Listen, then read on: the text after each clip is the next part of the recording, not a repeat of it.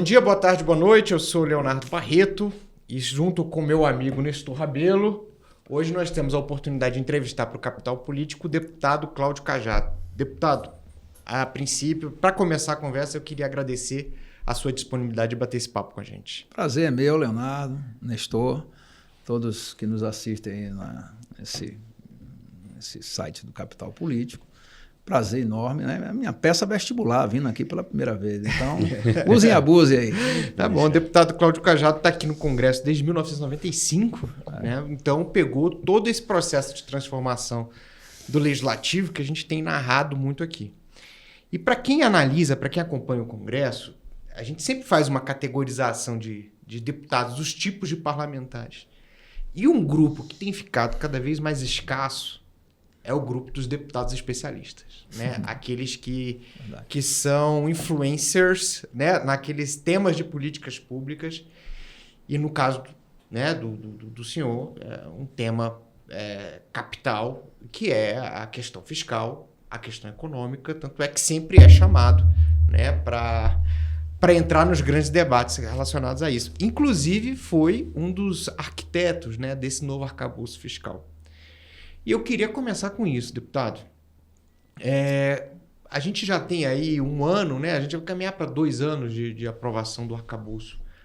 Como é que você avalia o desempenho dele, né, na superação desses debates e dessas dificuldades políticas que a gente vem enfrentando, e especialmente às portas aí de uma emergência internacional, de uma emergência política que vai exigir também algum nível de atuação do governo? Como é que você tem avaliado o desempenho desse novo arcabouço fiscal frente a esses desafios? Bom, o conceito do arcabouço ele é muito inteligente e é um conceito de equilíbrio fiscal, de responsabilidade fiscal de terceira geração, que substituiu o teto de gasto por conta de amarras que tornavam a execução das políticas públicas, em muitos casos, inexequíveis. E quando você fala de políticas públicas, você não trata só de saúde e educação. Você trata de infraestrutura, você trata de ação social. Não é? E o arcabouço ele veio num momento em que nós tínhamos a expectativa de fazer com que o governo mantivesse o equilíbrio das contas públicas, mantivesse uma reserva fiscal para o abatimento da dívida pública a médio e longo prazo e pudesse crescer as suas despesas. Olha que coisa! Crescer as suas despesas desde quando a sua receita também crescesse. Tem coisa mais eficiente, mais eficaz mesmo no ponto de vista da gestão do que isso? Não tem. Porém, nós precisaríamos de 2 coisas. Primeiro, respeito a esse conceito. Elevou a receita, você eleva a despesa até um patamar. E o que ultrapassasse ia para a poupança fiscal para você abater a dívida. Ou seja, todos iam ganhar, a sociedade, o próprio governo e, acima de tudo, os números macroeconômicos. Porque quando o governo não combina com o mercado o que ele quer e acha que deva fazer, quem paga a conta somos nós, com a inflação, com os juros altos, com a taxa de câmbio exorbitante, como chegamos aí a R$7 o dólar, e mais do que isso do euro. Tudo por conta do desequilíbrio fiscal. Então, o conceito do arcabouço ele foi feito, primeiro, para que você pudesse elevar a despesa acima da inflação, desde quando a receita também fosse acima da inflação nos patamares de despesa até 2,5%. Então, você botou um piso de 0,6% até 2,5% de elevação dessa despesa com base na receita, para que você tivesse parâmetros acima da inflação. E para o resultado primário da meta fiscal, você tinha, ao longo dos anos, uma previsão de -0,5%, de 0%, de 0,5%, 1%, 1,5%, né, podendo chegar aí a 2027, 2028, quem sabe evoluindo até para mais. Com uma banda, para mais ou para menos. Por exemplo, se na LDO constasse 0%, ou seja, equilíbrio do resultado primário 0%, você poderia até menos 0,25, algo em torno de 40 bilhões, ou mais 0,25, está dentro da meta, do resultado primário. Então, não era uma meta fixa, 0, meio. Não, você tinha uma banda para mais 0,25 ou uma banda para menos 0,25. E o governo só tem perseguido essa banda de baixo, de 0,25, de menos 0,25. É um erro. Segundo, no primeiro ano do arcabouço, nós projetamos uma elevação da receita, uma espécie de foguete, para você dar sustentabilidade ao equilíbrio das contas nos anos vindouros, inclusive com a perspectiva dos resultados primários que nós tínhamos previsto inicialmente no arcabouço. Mas por que não colocou esses resultados primários no arcabouço? Porque a competência constitucional é da Lei de Diretrizes Orçamentárias. Você não poderia colocar no arcabouço, porque é competência da LDO estipular o resultado primário. Muito bem. Quando nós fizemos no primeiro ano, eu vinha dizendo, nós projetamos uma elevação de receita. E fizemos isso com um apoio majoritário do Congresso. Elevamos aí a carga tributária em cima da taxação das bets, dos jogos, das camisinhas aí, né, desses sites aí, as blusinhas e tal. Né? Elevamos em cima do CARF, já que você tinha aí o voto de Minerva, que nós alteramos a legislação para botar do governo. Ora, é óbvio que o governo sempre vai, no empate, puxar para ele. Isso deu mais de 70 bilhões de reais.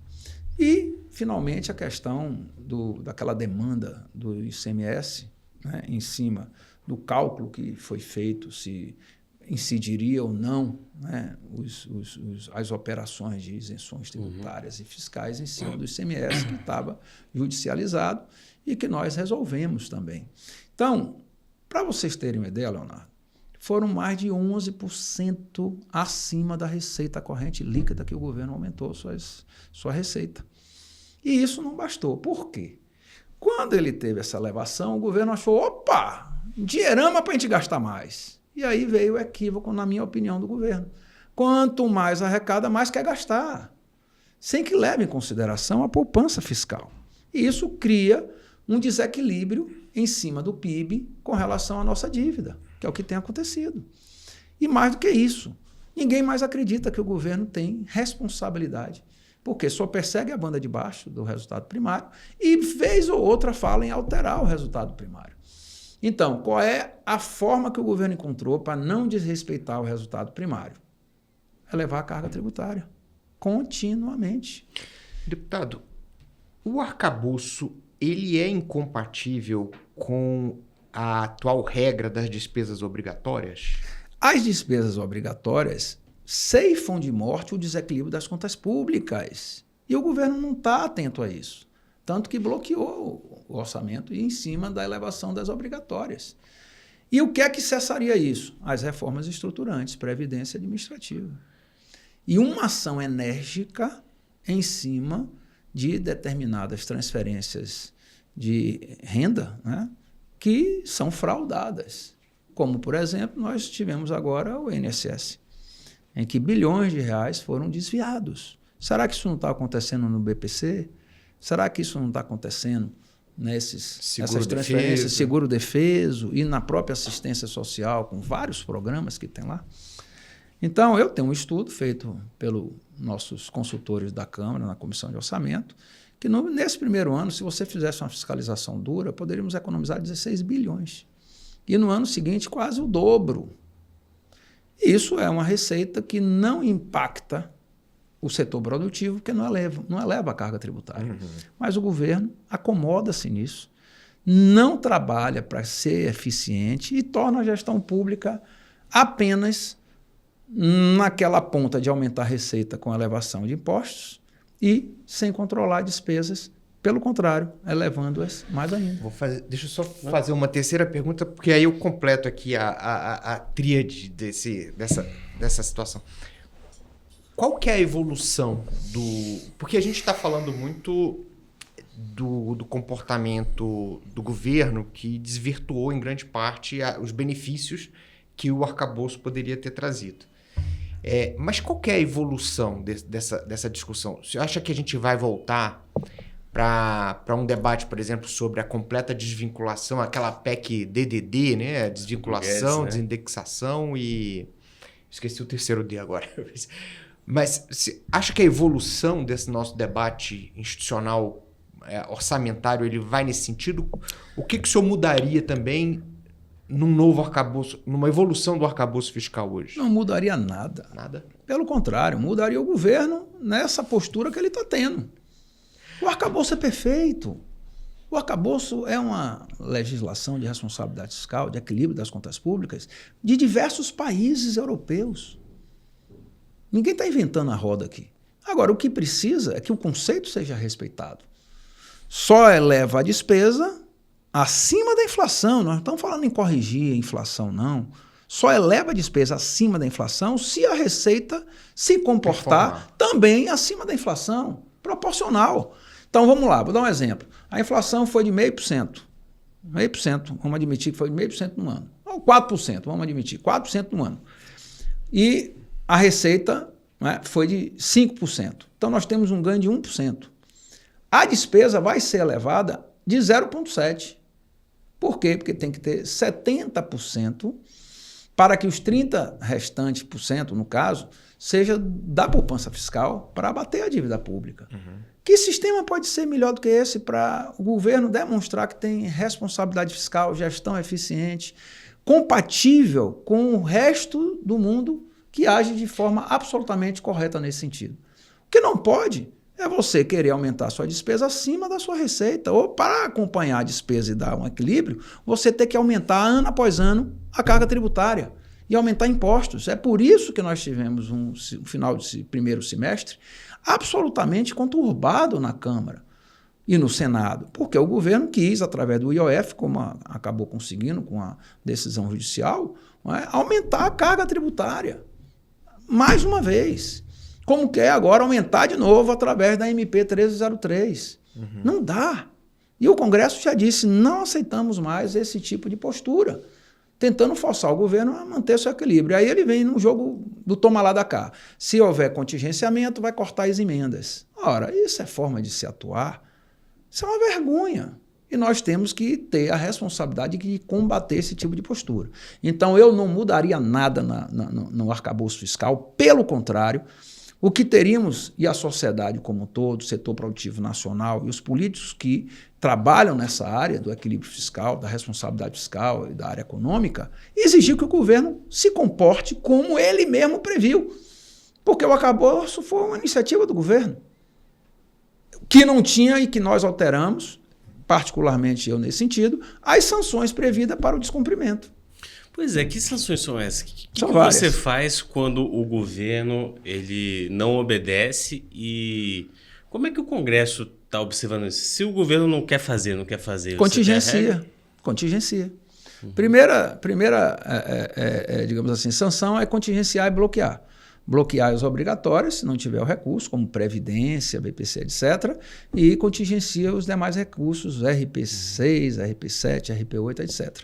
Num segundo momento, se houver o desrespeito de novo ao não cumprimento das metas, você fica sem poder fazer concurso, sem poder dar aumento, etc. Então, essas sanções foram impostas ao governo justamente porque todos imaginavam, não existe regramento jurídico sem que haja sanção pelo seu descumprimento. E tirei prisão de determinados gestores públicos, né, que são ordenadores de despesa, para que não haja caixa de inexigibilidade, tiramos. Para não haver uma criminalização em cima de uma postura de gestão administrativa. Mas eu penso que o governo é que deveria, né, respeitar mais. E eu devo aqui admitir que na parte econômica, com o ministro Haddad e sua equipe, eles até tentam, mas eles estão lá, remando para um lado e o resto do governo remando o contrário.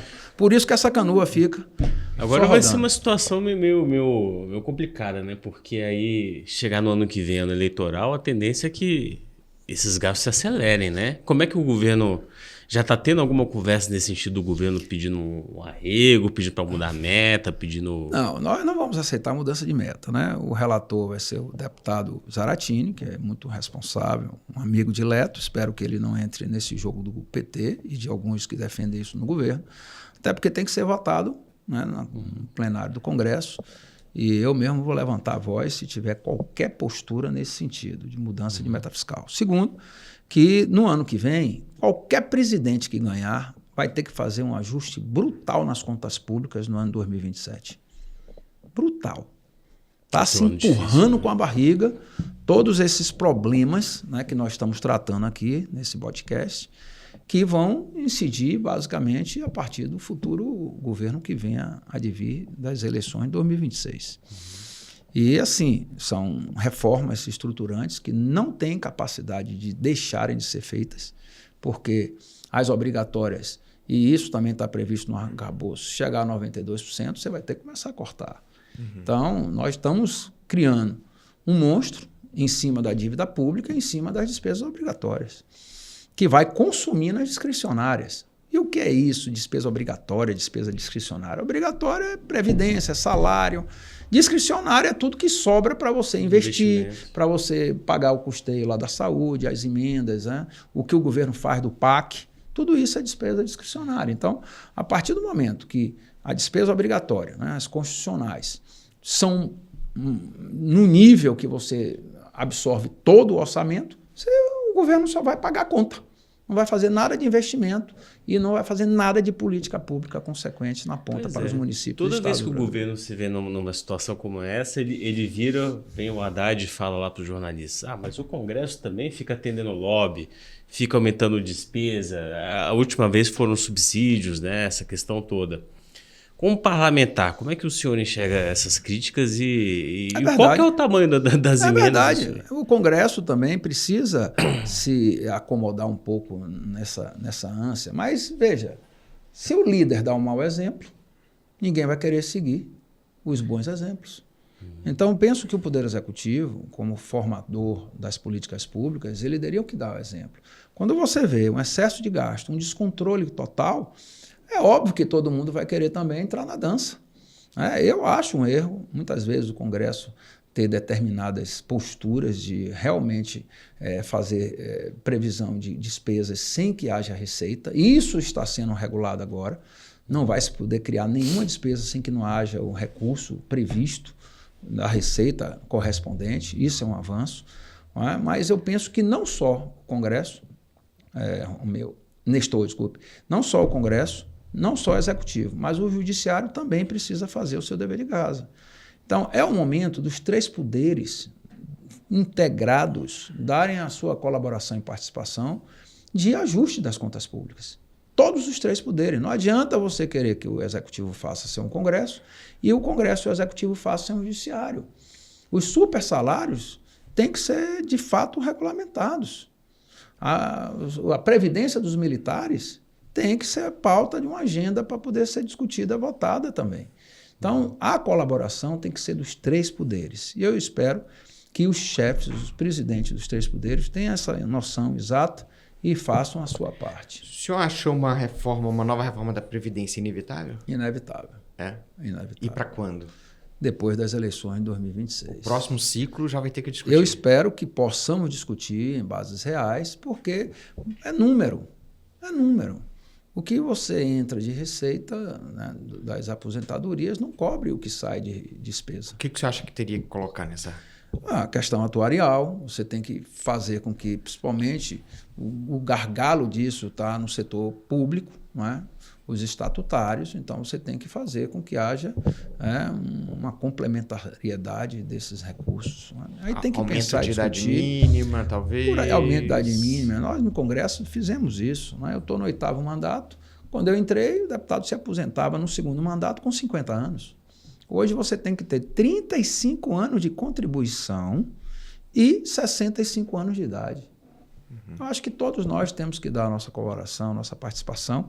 E assim, a sociedade espera, né, de todos, né, a sua participação. Porque se você for ver a parte da Previdência Geral, a seletista, né, a Previdência do INSS, é muito menor, infinitamente menor do que se ganha do que o do setor público. Então, existe uma diferença abismal, não é? Um verdadeiro abismo entre um e o outro que você precisa tentar equacionar. Olha, a gente está no meio de uma discussão, eu vou insistir ainda num tema de política pública, que é a desoneração do imposto de renda. O senhor deu uma contribuição logo que o governo enviou a proposta, que nessa contribuição estava lá uma possibilidade de um corte linear de incentivos tributários que são concedidos para empresas. Acabou que o deputado Arthur Lira ele foi numa outra direção, né? Uma direção mais ou menos apontada pelo governo de realmente tributar quem ganha mais. A gente está... Assim, eu entendo a conjuntura, eu entendo que isso é uma entrega eleitoral. Mas a gente está perdendo a oportunidade de repente, usar isso para fazer uma reforma da renda? Claro, concordo, Leonardo. Não existe reforma da renda. Existiu aí um arremedo especificamente para isentar quem ganha até R$5.000 e progressivamente até 7, que, infelizmente, a versão dada aos fatos foi maior do que os fatos em si. Por quê? Quando você falou que eu apresentei um estudo, foi em nome do Partido Progressista, com a equipe nossa do Progressista e alguns assessores, dentre eles o Bruno Grossi, e nós apresentamos 3 situações para colaborar no debate. Primeiro, que você aumentava de 50 para 100 ou 150 mil reais a linha de corte. Segundo, que teríamos que ter uma neutralidade fiscal. Ou seja, se a conta ia ser de 20 bi, tinha que ter 20 bi de receita que cobrisse esses recursos. E terceiro, que os bancos, já que era para taxar os super ricos, pudessem entrar com uma parte desse recurso, no caso a CSLL, um corte de 5% para os 12 maiores bancos acima de faturamento de lucro de 1 bilhão, lucro acima de 1 bilhão, e os gastos tributários, que são essas isenções que você se referiu. Então, qual era a ideia? A neutralidade fiscal, nós tiraríamos da CSLL, dessa alíquota acima de 150 mil, né, daqueles que ganhassem acima de 150 mil, seria 10%, e os gastos tributários. Nós daríamos um corte de 2%, 2,5%, excluindo algumas áreas, por exemplo, área trabalhista, excluindo a questão de taxistas, né, pessoas que têm doenças com remédios subsidiados, etc. Mas todos pagariam. Todos teriam uma faixa de 2,5%. Por que isso? Porque nós entendemos que essas isenções não estão sendo monitoradas. Nem o governo sabia quanto é que deixava de arrecadar com essas isenções tributárias para diversas empresas ao longo de todos os estados brasileiros. Qual era o volume dessas isenções? Pensava-se que era em torno de 550 bilhões de reais. Vai ser, com as financeiras, quase 1 trilhão por ano. Nossa. Quase, Leonardo, 1 trilhão de reais por ano que o Brasil deixa de arrecadar. E aí, deputado Cajado, como é que você descobriu isso? Porque no ano passado votamos uma lei exigindo que as empresas beneficiárias desses incentivos fiscais declarassem quanto é que elas estavam recebendo de incentivo. E com essa declaração, descobriu-se que era em torno de 850 bilhões. Só as tributárias, fora as financeiras. Então, eu penso que esse volume extraordinariamente grande, em qualquer país, inclusive para o Brasil, não pode ser algo vitalício ou hereditário, porque ninguém afere se essas empresas estão gerando emprego, se estão sendo eficientes em competitividade a nível dos seus iguais dentro do Brasil e fora do Brasil, ou não. Simplesmente estão recebendo essa dinheirama, não prestam conta, não tem nenhum monitoramento nem a avaliação do governo, que teria a obrigação de fazê-lo pelo Comitê de Avaliação de Incentivos Tributários, e fica por assim mesmo. Então, era um momento de você discutir essa questão. E o próprio presidente da Câmara, Hugo Mota, deputado Hugo Mota, ele entende que essa é uma questão que tem que ser, de fato, avaliada, ou pelo governo ou pelo nós, da Câmara. Tanto que ficou na ideia de criar um grupo de trabalho, que eu espero que seja feito, para podermos avaliar esses gastos tributários, como são chamadas essas isenções tributárias. E hoje, né, o deputado Arthur Lira, como relator, apresentou na comissão um projeto que, ao invés, e por isso que eu me referi que o que vale às vezes é a versão e não o fato em si, ao invés de diminuir a alíquota, como também poderia ser um fato da alíquota ser diminuída, ele aumentou a isenção de 7 para 7,350. com receio de ter o carimbo de que estava beneficiando os ricos. Olha que coisa. Então, a gente, em vez de atacar a causa, estamos na consequência, justamente pela divulgação que o governo fez de querer ajudar os pobres em detrimento dos ricos. Vamos colocar o pobre no orçamento e o rico para pagar a conta. Isso não ajuda o país. Isso, pelo contrário, atrapalha o setor produtivo, onera muitas vezes a elevação de uma carga tributária que já é elevadíssima e compromete muitas vezes o próprio pessoal mais humilde, mais pobre, porque o rico, quando tem uma oneração de imposto, ele repassa ou não repassa para os seus produtos? Passa. Claro que vai repassar. Então, é uma falácia. Como discurso, cai bem. Na prática, é um desastre. Então, vamos passar para as condições políticas, né? Eu acho que o que você trouxe até agora diz assim, olha, tem muita coisa que vai ficar para o próximo ciclo político, porque esse, de certa maneira, está esgarçado já, né? Mas a gente ainda tem 1 ano e meio, né, de governo pela frente, com condições muito difíceis e que foram pioradas pela crise das tarifas, né? Acho que a gente pode colocar desse jeito. Como é que você avalia, deputado, essa segunda metade, essa metade final de mandato do governo? Esse arranjo institucional, que eu acho que a gente pode colocar assim, teve uma parceria do Executivo com o Judiciário, mas também teve uma parceria com as lideranças do Congresso que, pelo menos, bloquearam pautas mais radicais e colaboraram na economia, naquilo que se construiu um consenso. Esse arranjo ele ainda está valendo? Por exemplo, depois de uma campanha de nós contra eles que o governo empreendeu contra o Congresso, ali no final de junho, mais ou menos. Como é que estão as condições de confiança? Como é que estão as condições gerais desse arranjo político até o final desse governo? Estamos iniciando o semestre justamente com essa possibilidade e essa questão para ser resolvida. Vai depender do governo, vai depender do presidente Lula e da sua equipe, o que deseja, como vai conduzir a relação política com o Congresso a partir desse reinício dos trabalhos na Câmara e no Senado. Ficou muito mal no semestre passado, no final do semestre passado, com a questão do IOF, com esse discurso, nós contra eles, pobre contra rico, não é? E realmente ficou uma relação muito ruim, muito ruim. Então, eu espero que agora no reinício dos trabalhos, né, tivemos aí esse fato superveniente que foi a prisão do ex-presidente Bolsonaro, que trouxe, de fato, um momento muito tenso, um esgarçamento ainda maior das relações do Partido Liberal com o ministro Alexandre de Moraes, enfim. E isso está trazendo consequências ao trabalho, tanto que essa semana não devemos ter nada. Hoje é quarta-feira, não tem nem previsão de abrir a ordem do dia. Soube que vai ter uma reunião com os líderes agora às 16 horas, com o presidente Hugo Mota, para ver se chegam a algum tipo de posicionamento. Mas vai depender muito da postura do governo. Como é que ele quer fazer um entendimento com o Congresso. E em relação ao tarifaço, eu vejo que a solução passa, na minha opinião, muito pelos empresários americanos que estão sendo prejudicados, de uma forma deles pressionarem o governo americano para podermos fazer a negociação aqui.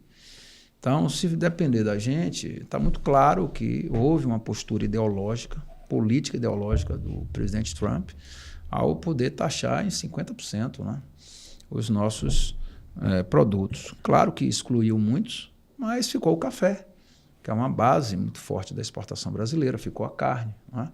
Isso traz para o agronegócio e para outros produtos que não foram excluídos uma consequência muito grave. E vai se apresentar os efeitos disso a médio prazo, não tenho dúvida, né? Então, isso não beneficia. De fato, na minha opinião, o governo Trump, ao colocar nas relações internacionais, única na história, né, incidência de alíquota de tarifas nas relações político-ideológicas com os países que ele se relaciona, bilateral, multilateralmente, é uma postura que nós estamos vendo que não é só para o Brasil, é para outros países também. Mas isso é um fato novo que nós temos que saber conduzir. Não é conveniente ao Brasil brigar com quem é mais forte com ele. Tem que poder dialogar. Por isso que eu acho que se o diálogo nosso é de menor impacto, a pressão e a discussão com os nossos correlatos lá nos Estados Unidos, para que eles tomem a iniciativa de falar com o governo, pode ser mais eficiente. E tem uma questão ainda que é a seguinte, e dentro desse contexto aí de obstrução, de judiciário, coisa meio quente assim, tem alguma alternativa que não passe no Congresso Nacional por alguma das demandas da oposição, seja anistia, seja um limite ao Supremo? Vai ter que dar alguma coisa aí nesse balanço? Eu acho que nesse momento você tratar de anistia e impeachment é jogar querosene na fogueira. Pode acontecer? Pode. Mas eu não vejo que esse momento o ambiente esteja para ter uma maioria que possa, de fato, votar e ganhar no plenário. Temos que fazer o diálogo, temos que sentir, principalmente o que é que pensa o centro. Porque hoje você tem uma extrema-direita e membros da extrema-direita que são direita, e muitos que são centro-direita. E você tem uma esquerda com um centro-esquerda menor, mas você tem uma esquerda mais aguerrida. Esses dois elos, para se unirem em torno de um projeto, é muito difícil. Então, quem vai definir isso é o centro. O que o centro está pensando nisso aí tudo? Ainda não dialogamos sobre isso. Eu pessoalmente, eu penso que um caminho seria você disciplinar. As medidas cautelares só possam ser deferidas se forem elencadas em lei, e não como é hoje, os juízes podem fazê-la em termos da segurança processual. Então, tira isso, fica todas elas elencadas. Questão da prerrogativa parlamentar, tem que rediscutir. Não dá para você ter insegurança hoje de um senador da República chegar no Brasil e ter tornozeleira, não poder usar rede social. Nós estamos trabalhando com censura. E nós não disciplinamos isso no Congresso. Então, é um arbítrio de um julgador achar que deva proceder dessa forma. Então, eu penso que, nesse caso, das medidas cautelares, você deva disciplinar. As prerrogativas parlamentares, você pode rediscuti-las. As monocráticas entram aí nesse bolo? As decisões monocráticas? E, finalmente, isso. As decisões monocráticas para serem submetidas ao plenário, seja daquela Câmara ou seja do plenário daquele poder, o Supremo, STJ, o que for. Então, esses 3 pontos pode ser o início de um diálogo. Agora, eu não sei se o PL hoje, que está radicalizando na postura de obstruir tudo, radicalizando para não haver nenhum trabalho na Câmara, se não for a votação da anistia do impeachment, eles vão aceitar. Acho que é muito ruim passar a imagem à sociedade de que a Câmara está paralisada por conta de 2 projetos que são de interesse, né, de um partido e que pode não ser do conjunto da Casa e dos demais partidos. Deputado, se houver risco do STF declarar as emendas impositivas inconstitucionais? Se isso acontecer, é mais um fato que vai esgarçar a relação do Congresso com o Judiciário. Mas se haver risco disso acontecer hoje? Espero que não, porque não é competência do Judiciário legislar sobre orçamento. Não é competência do Judiciário, é competência e prerrogativa do Congresso Nacional. O ministro Flávio Dino está com o dedo coçando ali para apertar esse botão, né? Eu espero que só fique no dedo, que a caneta dele não seja azul daquela música lá, né, famosa. Vai ser o botão do apocalipse, né? Eu acho que isso vai trazer um ingrediente muito ruim na relação do Judiciário com o Congresso. E pode ser a gota d'água para algum fato mais grave, dentro dessa relação que já não está num ambiente harmônico como era e como desejávamos que fosse. Agora, antes de você para a última, chegando num período de definições aí, né? Como é que vai ficar o posicionamento do PP em relação ao governo? Vai para a oposição, vai desembarcar, vai ficar ali, esperar um tempo? Como é que tá? Porque o presidente Ciro deu uma sinalização importante esses dias aí, dizendo... Não é mais o PP. Há de se falar na Federação União Progressista. Está marcada e vai ser divulgada agora, em poucos dias, a convenção dos 2 partidos para fazer a federação dia 19 de agosto. E a partir daí vamos ver o que é que o presidente da federação e os presidentes dos partidos vão definir. Se desembarca do governo, se não desembarca, se fica independente, como estamos hoje, se vai de fato para a oposição. Isso penso que vai ser uma definição que deverá ser tomada após a federação, entre os dois partidos e os membros dos partidos na relação que tem com suas executivas e com seus filiados. Eu sei que o senhor é um jogador de time, né? E aqui a gente vai caminhando já para a finalização dessa conversa. Eu sei que o senhor é um jogador de time, o senhor não vai arriscar dizer para que lado que vai, a União, enfim, também não vou te perguntar isso. Mas o senhor acha que o centro, ele, e mesmo a centro-direita, ele ainda vai com o bolsonarismo em 26 ou vai haver um desacoplamento aí, né, dessa parceria que houve no ciclo político passado? Não, veja, essa decisão deverá ser tomada no ano que vem. Obviamente que hoje nós temos que aguardar se Bolsonaro pode ou não ser candidato. Será ou não elegível? Porque hoje, pelo TSE, está inelegível, mas ainda existe essa possibilidade no Supremo. E você tem, né, outras correntes da direita pontuando o desejo de se candidatar a presidente, como o governador de Goiás, Ronaldo Caiado, o governador do Paraná, Ratinho Júnior. Você tem aí a possibilidade do Tarcísio, governador de São Paulo, ser candidato, mas ele condiciona o apoio do Bolsonaro. Então, nós temos que ver se a direita ou a centro-direita vai se dividir ou não. Porque se o presidente Bolsonaro não for, ou não puder ser candidato, lançar a esposa ou lançar o filho, quem garante que o Ratinho Júnior não vai ser candidato, ou o Caiado não vai ser, ou até o Tarcísio também não possa ser? Nós vamos ter que aguardar. E é nesse momento de que cada um se posicione que eu penso que a Federação União Progressista também vai se posicionar. Agora, eu deixo sempre claro de que se essa decisão não sair até novembro, dezembro desse ano, vai ter consequência nos estados. Por quê? Os candidatos a governador que não sabem a qual presidente vai apoiar, vai trazer consequência na formação das chapas para deputados federais e senadores da República. Então, se você tem uma definição esse ano, o jogo já pode ser armado com o time no ano que vem, com vistas às eleições, de forma prévia, planejada e organizada. E isso vai trazer consequência para a configuração do Congresso Nacional em 2027. E o próprio presidente Lula, o presidente Bolsonaro já declararam, nós queremos fazer senadores da República. Então, a briga para o Senado, né, vai estar mudando aí 2/3, vai ser grande, porque quem levar a maioria leva, né, uma parte do Congresso fundamental para a aprovação de qualquer matéria. O senhor vem à reeleição ou vem ao Senado?